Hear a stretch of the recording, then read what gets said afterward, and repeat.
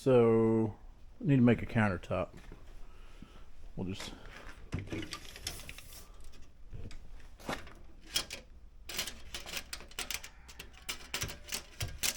plenty of gap there.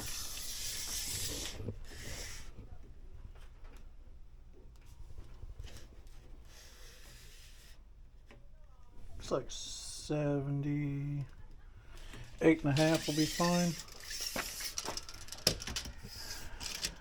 But a little over 24. Yeah, that'll work. This is a counter that I did for my house when I built my house. And I did all the other counters the same way, and the island. And it's just some 2x4s, sanded down, pressed together, all that good jazz, and epoxied over. Very,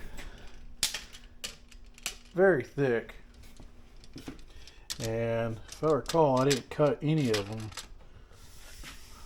widthwise. Yeah, that's right. 1, 2, 3, 4, 5, 6, 7.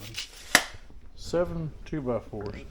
Now, unlike the garage, I'm not going to sand them down and epoxy them and stain them and, well, sand, clean, epoxy, or not epoxy, stain, clean again, and then epoxy. Or there's some more steps. That's time consuming, not for a garage.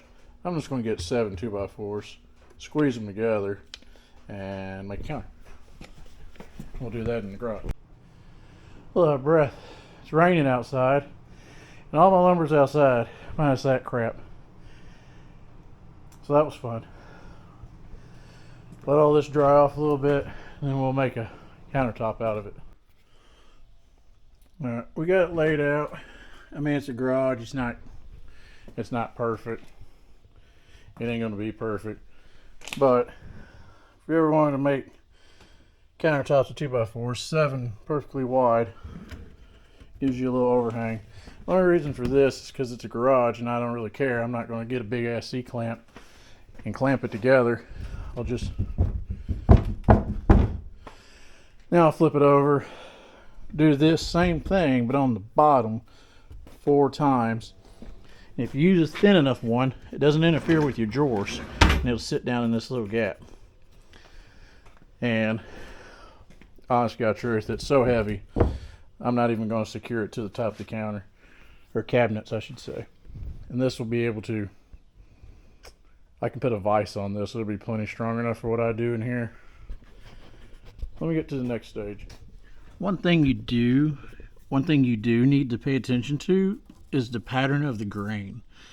Because if you match it, like this is a center, so it's kind of, doesn't really matter on that one. But this one's more down to the bottom. So it's got more of a curve going this way. So it'd be fine with this one. But on the next one, which unfortunately is also a center, these 3 should be okay. They shouldn't bow up. But like down here is where it matters.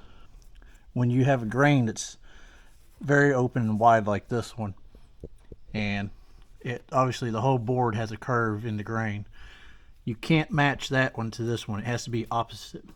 Otherwise, if you do the same, these 2 will have a tendency to bow one direction. But if you alternate your grain, they'll stay flat. So this one goes like that, this one goes like this, and this one goes like that. You know, it's like a U, upside down U, or N if you will. And then a U, you know, you got to alternate your grain pattern. But I've found that if the knot is in the center, it really doesn't matter. These 3 will be fine together. But just a little tip if you do this too. This is what the bottom will look like. Again, it's just simple. It's too easy to do if you need a quick, easy countertop for your garage workspace. It's just 2x4s. I mean, it's self-explanatory. And these are just some 1x. These are 1x4s. They're just, you know, to tie it together. This might last a year. It might last a month. Depends on how you use it. But it's going on 2 years I built this house, and the counters on the kitchens take all the abuse. They're still fine, so this will probably outlast me, to be honest with you. So here we go. When you're done, you end up with this. Simple, clean, easy, cheap. I think this was 78 inches, so you can get away with 92 and 5/8 studs, which I think are like $297 at Home Depot now. And you only need 7 of them, so this is like $25 in materials with tax. This is 78 inches long and a half, but easy.